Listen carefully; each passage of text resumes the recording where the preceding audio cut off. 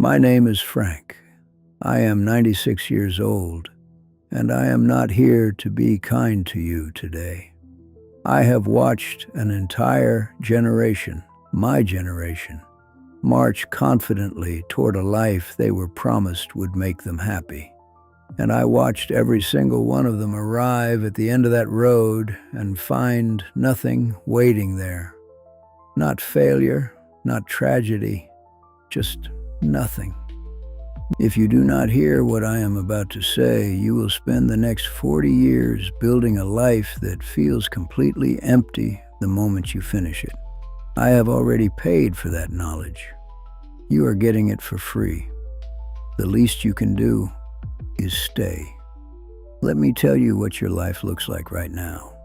You wake up, and the first thing you do, before you have spoken a single word to another human being, is reach for your phone.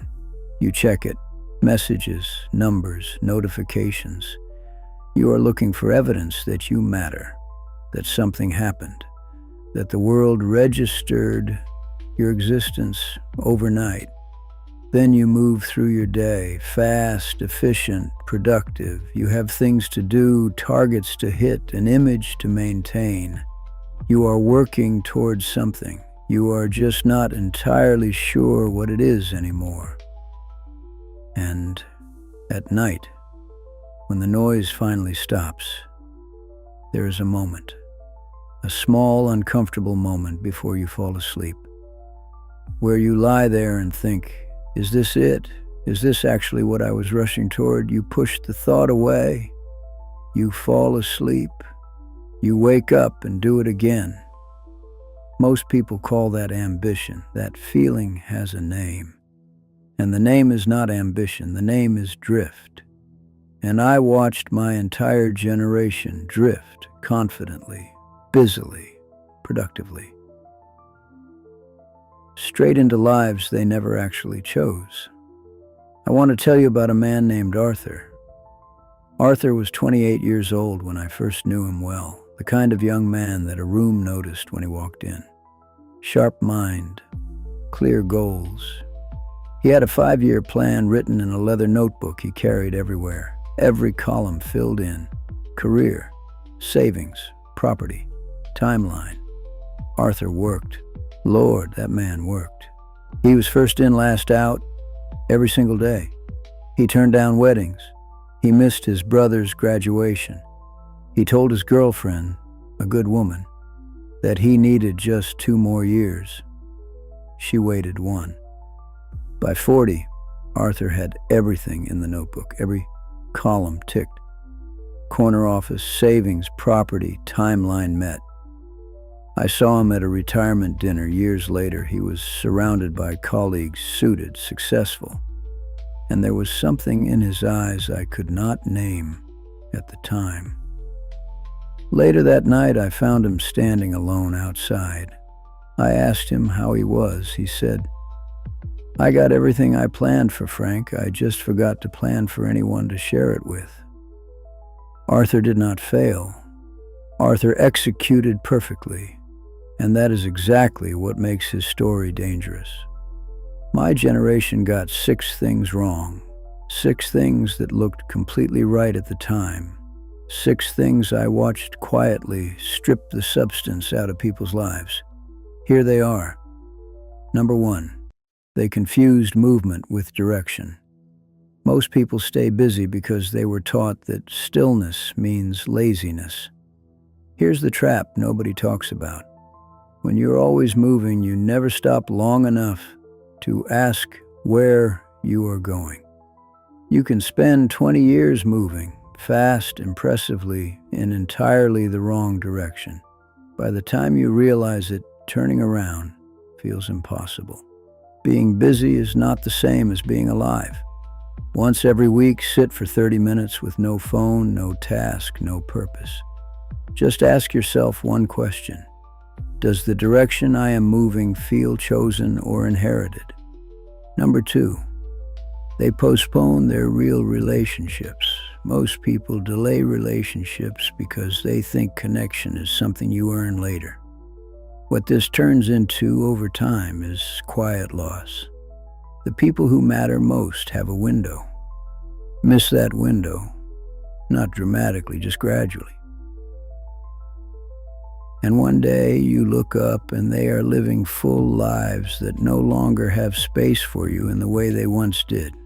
And this next mistake is where most people start to feel the consequences.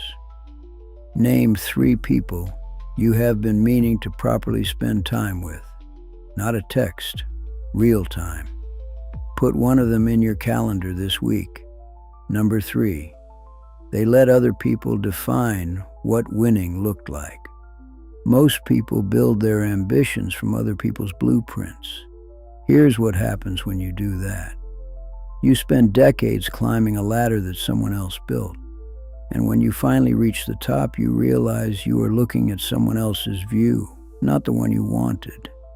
The cruelest version of success is achieving someone else's dream so completely that you forget you ever had your own. Write this sentence and finish it honestly. If nobody was watching me, I would spend my life doing this. Number 4, they treated their health as an infinite resource. The 4th mistake is where most people permanently damage their future. Most people neglect their body because youth feels endless. But your body keeps an exact record, and it does not charge you in real time. It sends one large bill later. You cannot spend your health to buy success and then spend your success to buy your health back. That transaction only goes one way. Pick one thing your body has been asking you for and start tonight. Number 5, they stored their gratitude for later. Most people think appreciation is something you feel after you have achieved enough. But gratitude is a muscle. If you do not use it, it disappears. What this becomes over time is a life where even success feels empty. Say 3 things out loud tonight that already exist in your life. Number 6, they were too afraid to live honestly.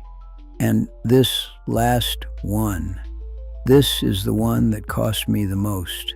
Most people shrink the truest version of themselves because they think fitting in is survival. But the people you are afraid of judging you are too busy worrying about themselves to notice. You spend your life performing a version of yourself that was built for an audience that was never really watching. The most expensive thing most people ever buy is the approval of people who forget them the moment they leave the room. Identify one way you are not being real. Just name it. I have been talking about my generation as if I watched all of this from the outside. I did not. When I was 34 years old, my father came to visit me at my office. He sat across from me and looked around at everything I had built, and he asked me very simply, "Frank, are you happy?" I told him I was getting there. He nodded. He didn't say anything else. He died 14 months later. And the last real conversation I had with my father, a man who loved me more than I will ever fully understand, I spent telling him I was not yet where I needed to be. As if the place I was standing, with him sitting right across from me, was not enough.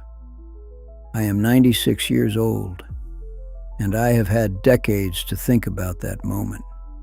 I was so busy getting somewhere that I did not notice I was already somewhere. None of this is a reason to despair, because every single thing I described is reversible. Not easily, not overnight, but it is possible. You are here. You are listening. That matters more than you think.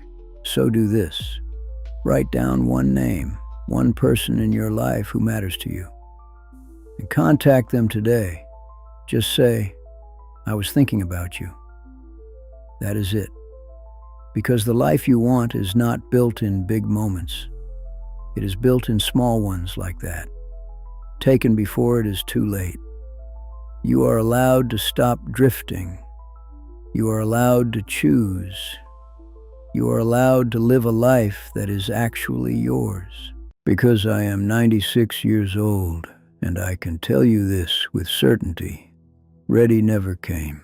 We just ran out of time waiting for it.